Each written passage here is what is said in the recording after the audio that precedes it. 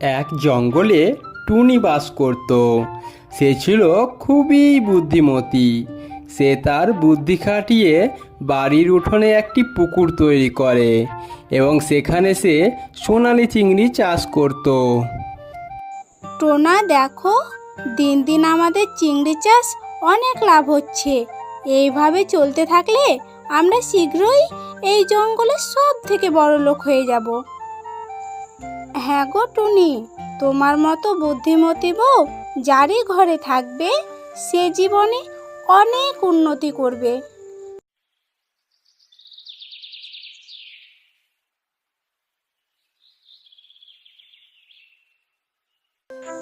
বলি, হ্যাঁ রে মিনসে, অভাবে সংসার কি তোর চোখে দেখতে পাস না? বলি, আমি এইভাবে আর সংসার চালাতে পারবো না। বলি, তাহলে কি আমি চুরি করব লোকের বাড়িতে? হ্যাঁ হ্যাঁ, পারলে তাই করো, যাও। হ্যাঁ হ্যাঁ, যাচ্ছি। এবার থেকে তাই করব। আর কেউ যদি ধরে নেয় তাহলে বলবো আমার শাকচুন্নি বউ আমাকে চুরি করতে বলেছে। যাও তো যাও, তোমার কত মুরদ সেটা জানা আছে, যত সব। এই কথা শুনে শিয়াল বাড়ি থেকে বের হয়ে গভীর জঙ্গলের দিকে চলে যায় এবং মনে মনে সে ভাবতে থাকে কি করা যায়। এবং তৎক্ষণাৎ তার মনে পড়ে টুনির চিংড়ি চাষের কথা। আরে, আমি তো ভুলেই গেছিলাম যে টুনি সোনালি চিংড়ি চাষ করছে। যদি সেই চিংড়ি চুরি করে বাজারে বিক্রি করতে পারি তাহলে অনেক টাকা ইনকাম করতে পারবো। আজকে দেখে আসতে হবে কোথায় সে চিংড়ি চাষ করছে।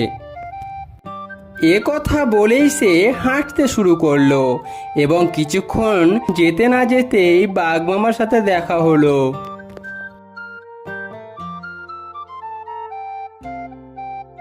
কি রে বাঘনে, এ পথে যে কোথায় যাবি?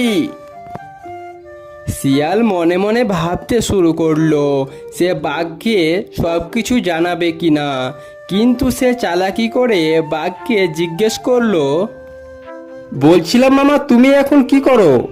শুনলাম নাকি টুনি চিংড়ি মাছ চাষ করে অনেক বড়লোক হয়ে গেছে। আরে বাঘনে, সেটা তুই সঠিকই শুনেছিস। আচ্ছা, আমি শুনলাম সে নাকি ঘরের ভিতর চিংড়ি চাষ করছে। দূর পাগল, ঘরের ভিতরে কি চাষ করা হয় নাকি? সে তো ঘরের উঠানের পাশে পুকুর খুঁড়ে সোনালি চিংড়ি চাষ করছে, আমি নিজে দেখেছি। এদিকে শিয়াল মনে মনে আনন্দ পেতে থাকে, কারণ সে সব ঠিকানা জেনে গেল। মামা, আসি আমি, অনেক কাজ আছে গো। এ কথা বলেই শিয়াল বাড়ি না গিয়ে বেরিয়ে পড়ল টুনির বাড়ির উদ্দেশ্যে এবং গাছের আড়াল থেকে দেখতে থাকলো কিভাবে চিংড়ি মাছ চুরি করা যায়। আরে বাপরে, এইখানে চিংড়ি চাষ করছে! এ তো চুরি করা অনেক সহজ। আজকে বাড়ি ফিরে যায়, কালকে রাত্রিবেলা এসে চুরি করা যাবে। তারপর দিন রাত্রিবেলা শিয়াল একটা ব্যাগ নিয়ে চুরি করতে যায় টুনির সোনালি চিংড়ি। বাহ, যা চিংড়ি পেয়েছি তা বিক্রি করে অনেক টাকায় পেয়ে যাব। আজকে চলে যাই, আবার না হয় কালকে আসবো।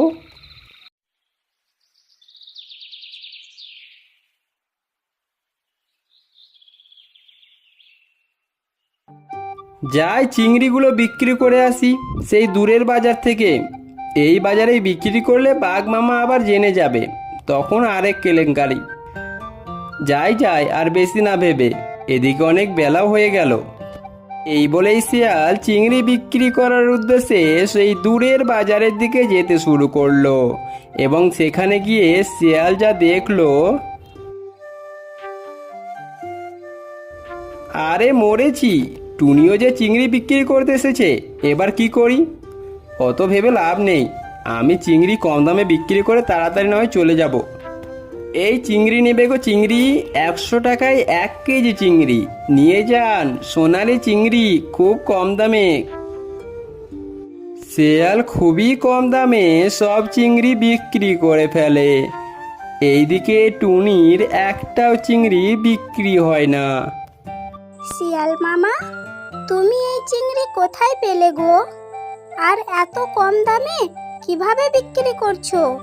যে দামে তুমি বিক্রি করছো সে দাম তো চাষ করতেই লেগে যায়। দেখ টুনি, আমি বেশি লাভ করি না, আমি তাই কম দামে বিক্রি করি। তুই তো অনেক লাভ করিস, তাই তো বেশি দামে বিক্রি করছিস। এ কথা বলে দুজন দুজনের বাসার উদ্দেশ্যে চলে যায়। বুঝলে গো, আজকে আমার একটাও চিংড়ি বিক্রি হয়নি। শিয়াল চিংড়ি বিক্রি করতে গেছিল আর অনেক কম দামে বিক্রি করেছে, তাই আমার একটাও চিংড়ি বিক্রি হয়নি গো। তবে চিংড়িগুলো দেখে মনে হলো আমাদের পুকুরের। দাঁড়াও, আজকেই ভাত পেতে রাখবো। যদি শিয়াল চিংড়ি চুরি করতে আসে তাহলে ঠিক ধরা পড়বে। এ কথা বলে টোনা তাদের পুকুরের চারি সাইডে ফাঁদ পেতে রাখে। প্রত্যেক দিন এর মতোই ঠিক পরের দিন রাত্রেও আসে চিংড়ি চুরি করতে, এবং টোনার পাতা ফাঁদে শিয়াল আটকে পড়ে। আরে পাটা কিসে যেন আটকে গেল। আরে এ কি, আমি তো ফাঁদে পড়ে গেছি, এবার কি হবে? আমি সেই দিনই বুঝে গেছিলাম তুই আমার পুকুরের চিংড়ি চুরি করেছিস। এবারের মতো ছেড়ে দে রে টুনি, আর কখনো এমন ভুল হবে না। আমার বউয়ের কথা শুনে এমন পথ বেছে নিতে বাধ্য হয়েছিলাম। আমাদের কষ্টের সংসারে টুনি, ঠিক মতো কোনোদিন দুবেলা খেতে পেতাম না। আমার ভুল হয়েছে রে, আমাকে ক্ষমা করে দে এবারের মতো। ঠিক আছে, এইবারের মতো ক্ষমা করে দিলাম। আর কোনোদিনও যেন আমাদের পুকুরের ধারের কাছেও তোকে আর না দেখি। এ কথা বলে টুনি শিয়ালকে ছেড়ে দেয়, এবং এরপর থেকে আর কোনো দিন শিয়াল টুনির পুকুরের ধারে কাছেও আসেনি।